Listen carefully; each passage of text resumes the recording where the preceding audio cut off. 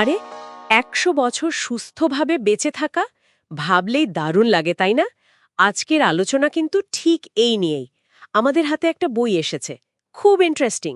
জাপানের ওকিনাওয়ার শতবর্ষী মানুষদের দীর্ঘ আর হাসি খুশি জীবনের পেছনের কারণগুলো খোঁজার চেষ্টা করা হয়েছে বইটাতে। ঠিক। আর সবচেয়ে মজার ব্যাপারটা কি জানেন? বইটা বলছে দীর্ঘজীবন মানেই শুধু ধরুন ভালো খাবার বা ব্যায়াম নয়। এর পেছনে লুকিয়ে আছে একটা গভীর সামাজিক ব্যাপার, কমিউনিটির একটা বিরাট ভূমিকা। একদম, আমিও সেটাই দেখছিলাম। বিশেষ করে দুটো শব্দ খুব অদ্ভুত কিন্তু জরুরি, মোয়াই আর ইউইমারু। কিভাবে এই সামাজিক বন্ধনগুলো সেখানকার মানুষদের এত বছর বাঁচতে সাহায্য করছে, সেটাই আজ আমরা একটু খুঁটিয়ে দেখব। চলো শুরু করা যাক। বইটা শুরুতেই তো ওকিনাওয়ার কথা, যেখানে শতবর্ষী মানুষের সংখ্যাটা পৃথিবীর অন্য অনেক জায়গার চেয়ে অনেক বেশি।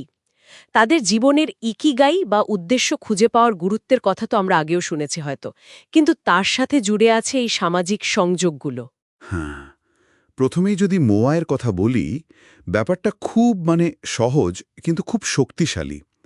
একই রকম আগ্রহ বা প্রয়োজন আছে এমন কিছু মানুষ মিলে একটা দল বানান, যারা সবসময় একে অপরের খেয়াল রাখেন। বইটাতে এর শুরুর কথাও বলা আছে। যেমন ধরুন, কঠিন সময়ে গ্রামের কৃষকেরা। ও আচ্ছা, ফসল তোলা বা অন্য কাজে একে অপরকে সাহায্য করার জন্য। হ্যাঁ, ঠিক তাই। ওই রকম সময়ে এই দলগুলো তৈরি হয়েছিল পারস্পরিক সাহায্যের জন্য। তার এটা শুধু বন্ধুত্বের চেয়েও বেশি কিছু, একটা সামাজিক প্রতিশ্রুতির মতো।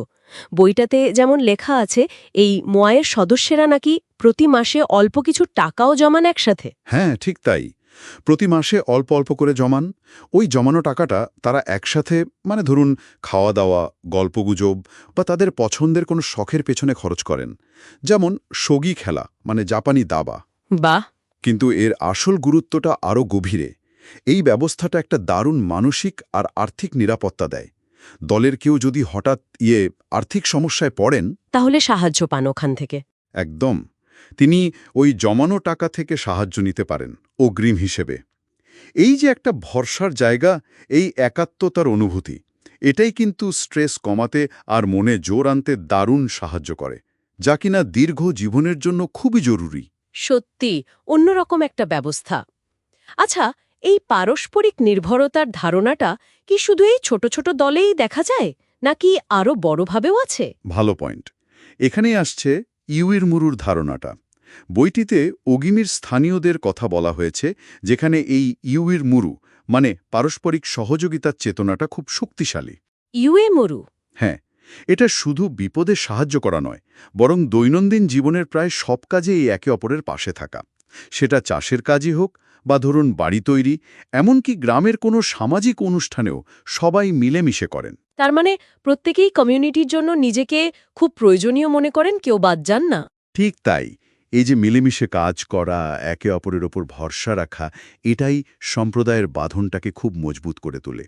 বইটিতে ওগিমির প্রবীণ নাগরিকদের ক্লাবের একটা ঘোষণাপত্রের কথাও আছে, বেশ মজার। তাই নাকি? কিরকম?